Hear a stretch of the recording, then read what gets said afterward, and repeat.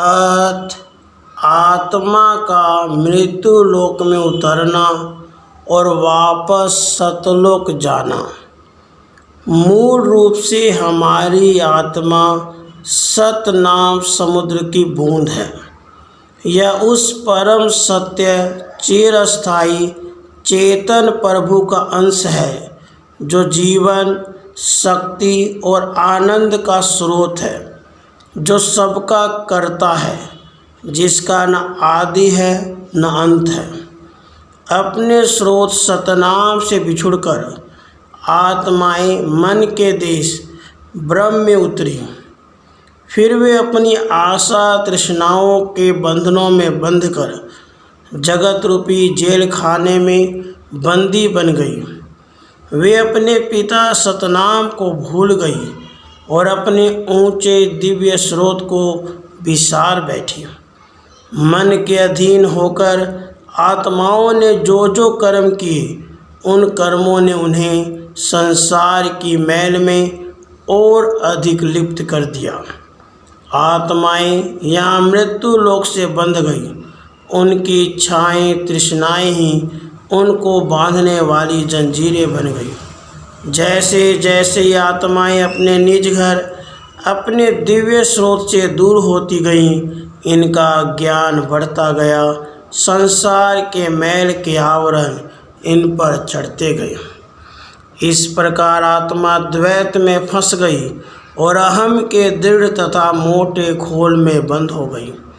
इच्छाओं तथा मलिन विचारों के गिलाफ के कारण इसका प्रकाश घटता गया। यह मन के अधीन होकर मन के मार्ग पर चलते हुए नाम मार्ग से दूर हटती गई। इसका प्रकाश और इसकी महिमा बिल्कुल मंद पड़ गई। नौबत यहाँ तक पहुँच गई कि इसको यह भी याद नहीं रहा कि वह अजर अमर आत्मा है। मृत्यु लोक में उसने जो अलग अलग जामे ओढ़े थे, वे ही उसको पहचान बन गए। अब यह अपने को शरीर ही मानने लगी। पहले आत्मा ने कारण लोक में आकर कारण शरीर धारण किया। जब यह सूक्ष्म लोक अथवा महामाया के देश में आई तो इस पर सूक्ष्म शरीर का एक और जामा चढ़ गया। मृत्यु लोक में उतरने पर कारण और सूक्ष्म के अतिरिक्त आत्मा पर स्थूल शरीर का एक और मजबूत जामा चढ़ गया। इस तरह आत्मा जितनी नीचे गिरती गई, इसका प्रकाश मध्यम होता गया। हम संसार में जो भी कर्म करते हैं वे ऐसे हैं जैसे कोई अंधा व्यक्ति अंधेरे में टटोल टटोल कर चल रहा हो। अज्ञानता और इसके अंधकार के कारण सोच गड़बड़ा गई है। आत्म दुखों और मुसीबतों में फंस गए हैं। मन दुर्बल और पापी है तथा इंद्रियों के अधीन है। मन के साथ आत्मा की गांठ बंधी हुई है। इसलिए मन जो भी कर्म करता है उसका फल आत्मा को भी भोगना पड़ता है। संसार दुखों का घर है। यहाँ कोई भी जीव, चाहे वह राजा हो या भिखारी हो, धनी हो या निर्धन, स्त्री हो या पुरुष, बच्चा हो या बूढ़ा, सुखी नहीं है। सब दुखी हैं। प्रतिदिन हजारों लाखों निर्दोष मासूम पशु पक्षी मनुष्य के आहार के लिए मारे जाते हैं। उनकी चीख पुकार बड़ी दर्द भरी होती है, परंतु हम इसकी कोई परवाह नहीं करते। हमने कभी नहीं सोचा कि यदि उनके हाथों में छुरियां और कुल्हाड़ियां हों और हमारी गर्दन उनके नीचे हो तो हमारी क्या हालत होगी। हमें ठीक करने के उद्देश्य से डॉक्टर जब इंजेक्शन लगाता है तब हम थर थर कांपने लगते हैं, परंतु हमने यह कभी नहीं सोचा कि हम किस प्रकार मुख पशुओं का शिकार करते हैं और उन्हें कितना दुख पहुंचाते हैं। जब हम पक्षियों को गोली का शिकार बनाते हैं तो वे किस प्रकार तड़पते और चीखते हैं, तब भी हम उनकी पीड़ा के बारे में नहीं सोचते। चोट खाए जानवर कैसे तड़प तड़प कर जान दे देते हैं।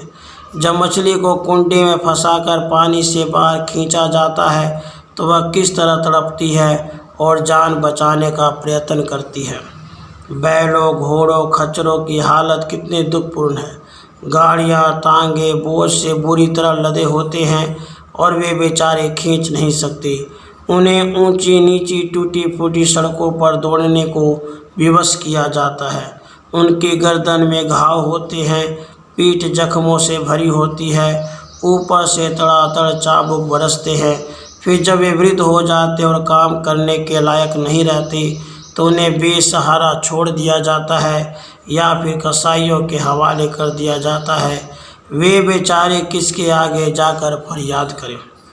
स्पष्ट है कि आत्मा को हर देह में, हर योनि में कष्ट ही सहने पड़ते हैं। जहाँ भी यह शरीर धारण करती है, दुख और मुसीबतों में ही घिरी रहती है। मन व इंद्रियों का साथ लेने के कारण इसकी यह दुर्दशा हो रही है। वह राजकुमारी जिसका किसी राजकुमार से विवाह होना था और जिसे राज्य का सुख भोगना था, अपने ऊंच कुल को भूलकर एक नीच गुलाम से मित्रता करके भाग गई। अब यह मन रूपी नीच गुलाम इस आत्मा रूपी राजकुमारी को वश में करके इसे बुरे कर्म करवा कर ही संतुष्ट नहीं होता, बल्कि इंद्रियों के पीछे भी भागता है।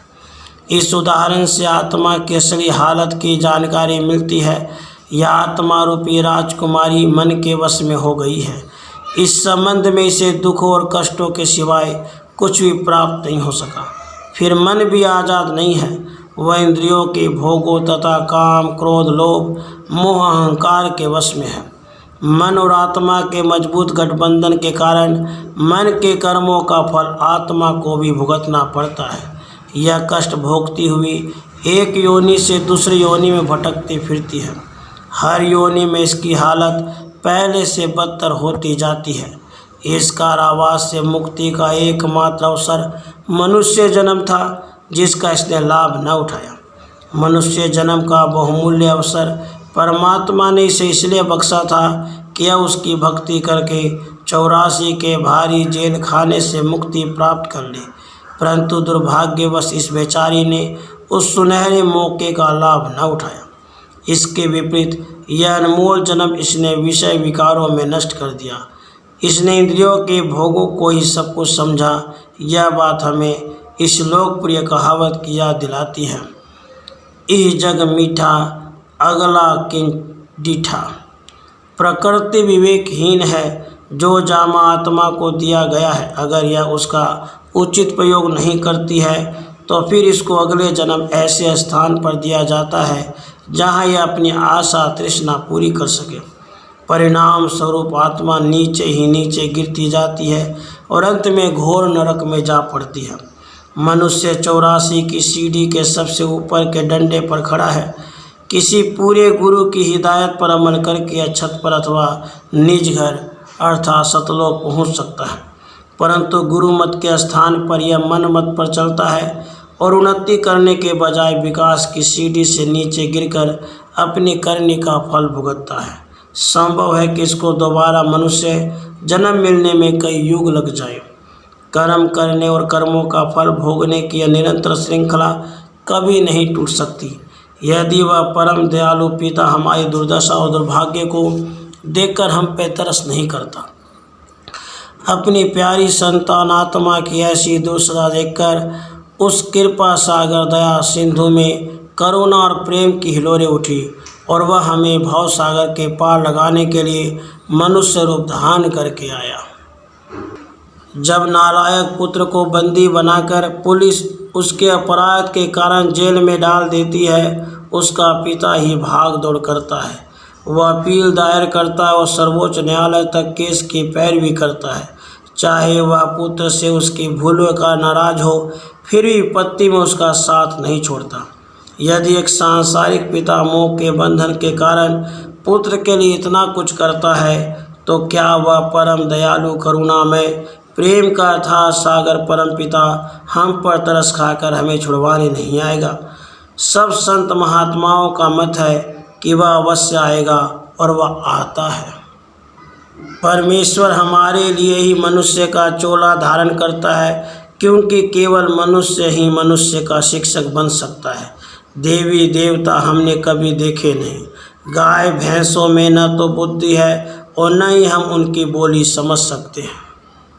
भगवान श्री कृष्ण, कबीर साहिब, गुरु नानक देव जी, स्वामी जी महाराज तथा अन्य सब संत महात्मा, ऋषि मुनि मनुष्य चोला धारण करके ही संसार में आए। जब भी प्रभु जीवों को अपना ज्ञान देना चाहता है, वह मनुष्य शरीर धारण करके संसार में आता है। यदि वह किसी और रूप में आए तो हम उसकी भाषा ही न समझ सके। इसके अतिरिक्त हर योनि के जीव अपनी योनि के दूसरी जीवों से प्रेम करते हैं और उनकी ओर आकर्षित होते हैं। यदि वह मालिक अपने आप आकर हमें अपना ज्ञान न देता तो हमें कभी भी उसका पता न चलता। वह अपनी दया तथा प्रेम के कारण गुरु बनकर आता है और सब देशों, धर्मों तथा जातियों से एक जैसा ही प्रेम करता है। यह नहीं कि किसी विशेष देश, धर्म या जाति के साथ उसका अधिक प्रेम है। सभी देश, धर्म व जातियाँ उसके अपने होते हैं। संत, जिन्हें हम गुरु कहते हैं, प्रभु के दूत या हरि के जन होते हैं। उनकी शिक्षा सारे संसार के लिए समान होती है।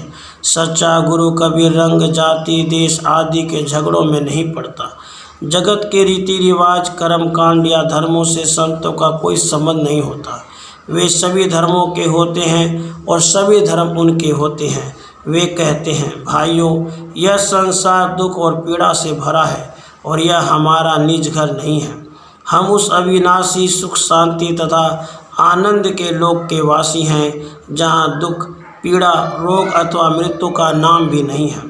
ये धर्म हमारे धर्म नहीं है, ये जातियाँ हमारी जातियाँ नहीं हैं। हमारा धर्म प्रेम है, हमारी जाति सतनाम है, हमारा देश सतलोक है। हम सब उस अनंत अजन्मे आदि अंत तथा जन्म मरण से परे परम पिता परमात्मा के पुत्र हैं। हम मन और माया के चंगुल में फंसकर जन्म मरण के चक्कर में पड़े हुए हैं। मनुष्य जन्म ही इस कैद से निकलने का एकमात्र मार्ग है। राधे कृष्ण, राधे